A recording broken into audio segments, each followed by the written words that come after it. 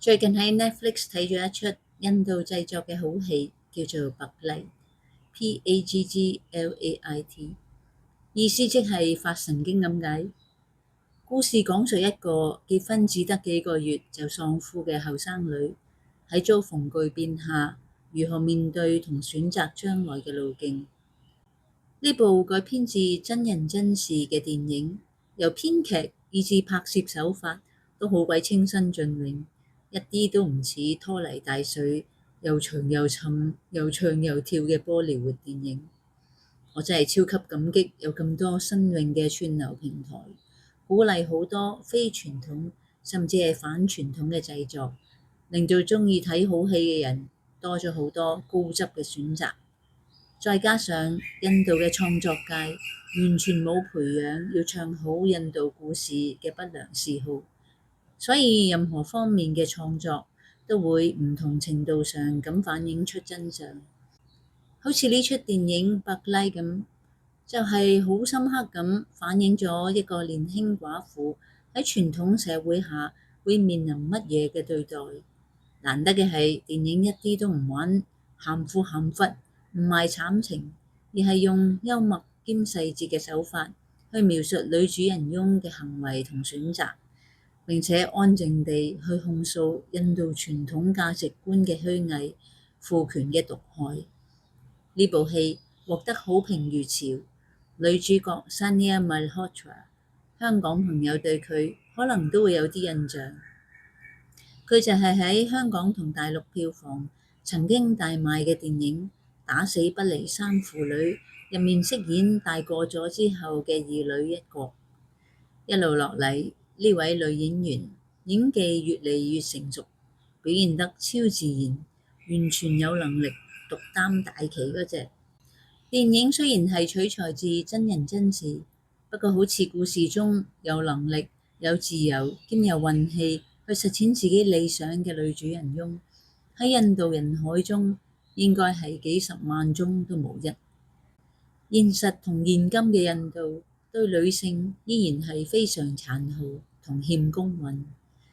喺300婦女節嗰日，報紙報導咗好多印度婦女喺職場、醫藥、科技甚至航天方面係點樣巴閉兼勁抽。不過翻去另一頁就有新聞講述一個5個月大嘅女嬰俾個30幾歲嘅禽獸性侵，命懸一線。跟住再翻去另一頁就披露一間聾啞兒童院有多名細路長期遭到性侵。而呢個報導嘅篇幅竟然只係佔報紙一個極小嘅角落。我心諗，咁有組織、咁系統性兼咁長期嘅性侵罪行，竟然可以如此冷處理，公義何在啊？殘酷嘅實情係喺印度，除非係窮兇極惡、殘忍無比嘅 case 先會得到重視，或者引發人上街抗議，否則絕大部分針對女性嘅性暴力罪行，各方都覺得係 no big deal 咁，引起厭惡嘅情緒絕對多過憤慨。所以與其話印度嘅性侵罪行令人髮指，倒不如話印度社會對性侵罪行嘅漠不關心就更加令人齒冷。2012年轟動全球嘅德里巴士強姦案，唔知大家仲有冇啲嘅印象呢？話說喺4個罪犯被判死刑等待處決期間，有一位年輕嘅女大學研究生竟然獲得許可去採訪4名死囚。呢個訪問嘅內容簡直顛覆咗正常人嘅三觀。訪問概括出2點：一，呢班罪犯叫自己做囚徒，而唔係罪犯，因為佢哋唔覺得自己犯咗咩大罪，錯不在我方。邊個叫嗰個女仔夜晚9點鐘四圍走？正經人家係唔會單獨同個男人夜晚出去睇戲。咁唔檢點嘅女仔，無論發生乜嘢都係咎由自取。二，邊個叫嗰個女仔反抗啫？去順從咪唔會捱打咯。總之成件事都係個女仔嘅錯多啲。佢唔出夜街，咪冇事發生咯。呢4個嚟自農村家庭、冇受過咩教育嘅人，佢哋嘅思想好大程度上都反映咗印度接近10億農村人口嘅諗法。係啊，喺印度呢個仍然非常重男輕女嘅國度，身為女仔確係超唔着數嘅，尤其係頭一胎女兒就更慘豬。喺佢哋娃娃墮地嗰一刻，就要孭起令媽媽倒霉、令家庭失望嘅原罪。如果將來更唔好彩有男丁出現嘅話，咁大家姐嘅日子就會過得更沉重。因為除咗日常家務之外，佢哋仲要為媽媽分擔照顧細佬嘅責任，而呢啲100%毫不例外會被縱壞嘅細佬，從來都冇人會教佢哋對異性嘅 ground rules。於是家姐或者妹妹就成為呢班寵兒將來如何面對異性嘅試刀石。即使哥哥弟弟喺度拳打腳踢或者無手無腳，啲姊妹們都冇得投訴㗎，因為屋企人會話你將來喺夫家都會經歷類似嘅對待，依家咪當係婚前學習咯，忍下就冇事㗎啦。所以話印度性暴力嘅普遍，首先係由家教培養出嚟，咁講真係一啲都唔誇張。其次嘅係印度嘅大眾文化，好似電影、音樂、各類型嘅媒體創作等等，都刻意去將性暴力行為淡化、浪漫化、正常化。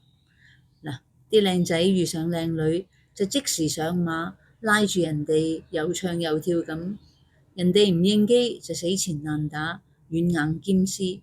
最終靚女俾靚仔嘅鍥而不捨所打動，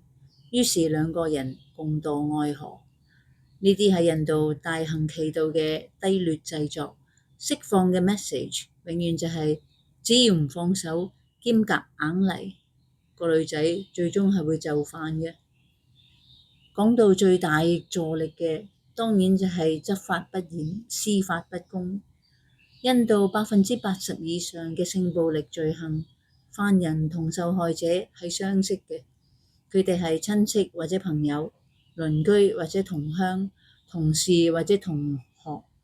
所以喺警察眼中，兩個人一定係關係變差，女方就作虛假誣告。如果雙方完全係互不相識嘅話，咁就肯定係個女仔出夜街，或者穿戴不當引人犯罪，又或者自找麻煩去咗啲偏僻唔安全嘅區域。總之錯不在男方，總之警察就係有好多嘅理由唔去立案，唔去執法。講到司法就更令人沮喪，強姦案嘅被告超過70%係積犯，係慣犯，得到受害人嘅沉默，配合警察嘅偏袒，咁司法部門都無法可施啦。於是呢啲罪犯就更加惡向膽邊生，一而再，再而多次咁去做案。一講到印度嘅國際板球，印度人就上頭，因為呢個運動除咗涉及巨額金錢之外，佢仲會引發澎湃嘅民族自豪感、國家榮耀感。有一次喺一場全國關注嘅國際冠軍爭奪賽中，一向英明神武嘅印度板球隊隊長 Tony 突然表現失準，令到印度隊輸波。一啲憤怒嘅球迷竟出狂言，話要強姦 Tony 5歲嘅女女嚟洩憤。當時印度嘅司法界或者婦女兒童保護協會等等，竟然冇一個人會走出嚟去檢控呢個思想卑鄙惡毒嘅狂徒。點解？因為民族感情大晒咯，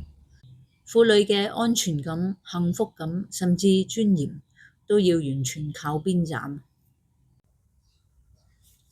全球嘅地緣政治發生緊極大又極快嘅變化，身處當中，印度意外地成為其中一個受惠者，大量資金湧入，經濟發展前景不斷被上調，可能印度喺經濟上會極速地開始富起來。不過要建構一塊令女性可以活得安全同愉快嘅文明土壤，咁印度人仲要走好漫長、好艱苦嘅路。好，今日就講到呢處，我哋下次再會。Namaskar。